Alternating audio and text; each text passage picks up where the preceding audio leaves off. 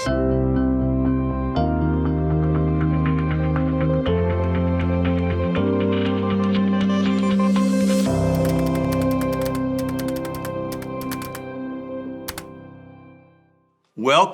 to this installment of Moments with Mike as we've reached the 12th chapter in the book of Ecclesiastes and is characterized in the first 8 verses as the days of decline. Solomon's old age, or those of those around him, is vividly pictured for us as a house that is beginning to deteriorate. The word pictures are plenty. But in this first 8 verses, we see the days of decline, and in verses 9 through 12, the days of learning. And then in verses 13 and 14, the days of obedience.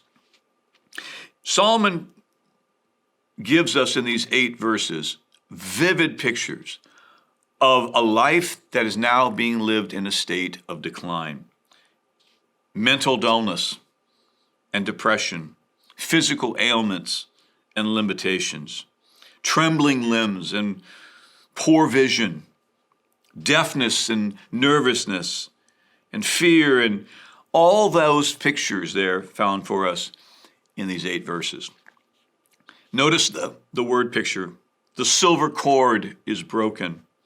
The fragile cord of life is broken. The golden bowl is crushed.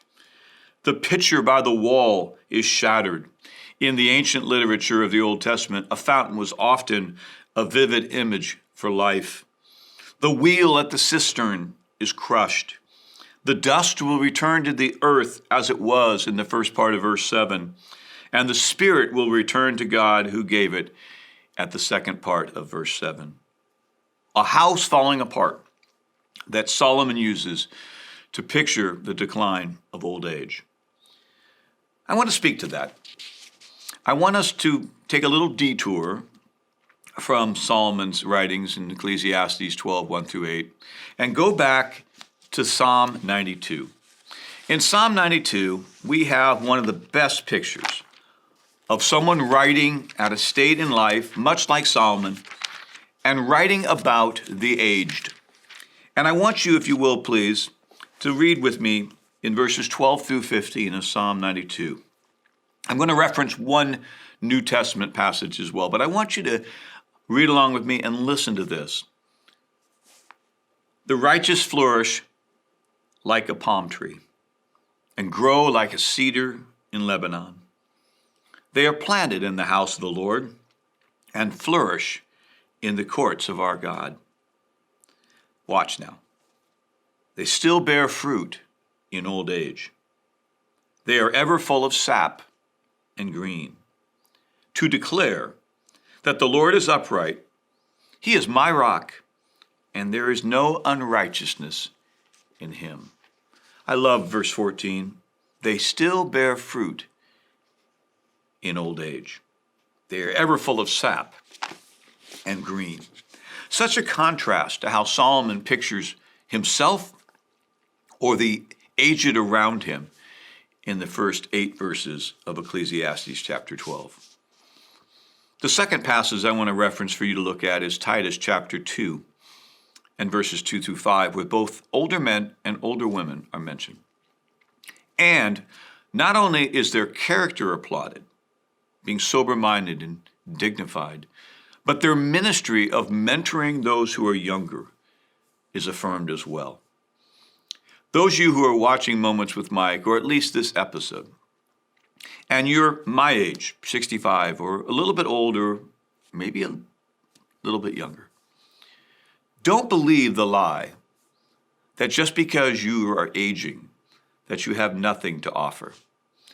In our culture, unfortunately, we tend to see productivity associated with earning a check.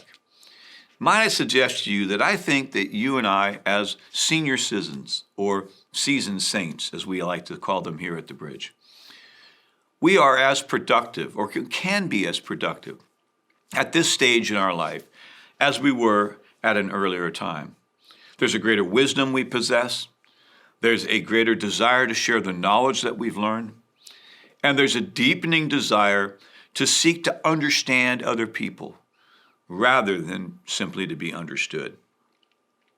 I want to suggest to all of us that verse 1, that we are to remember the days of our Creator as a youth, is an admonishment of sorts, but it's also something that should goad us into this truth.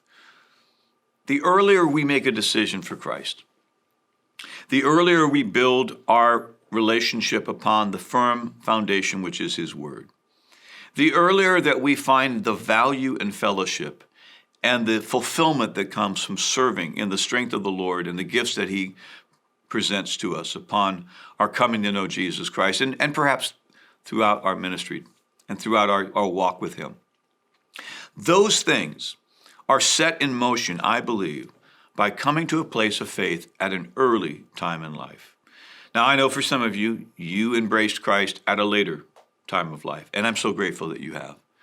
But for those of us who have children, or the second go-round, as we call our grandchildren, there is incumbent upon us a desire to make the works of the Lord known to them, a desire to pray for them that they would come to a place of faith early in their life and be about that wonderful journey of discipleship, so that as they grow older, they will grow wiser.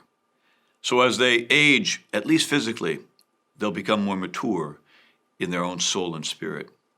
And as perhaps their vision dims and their hair changes color, and as perhaps their strength begins to ebb, they will still be known as people of productivity, not because of a paycheck that they might get, but because of the fruit of the Spirit still being developed in their life and being used to develop that same fruit in the lives of others.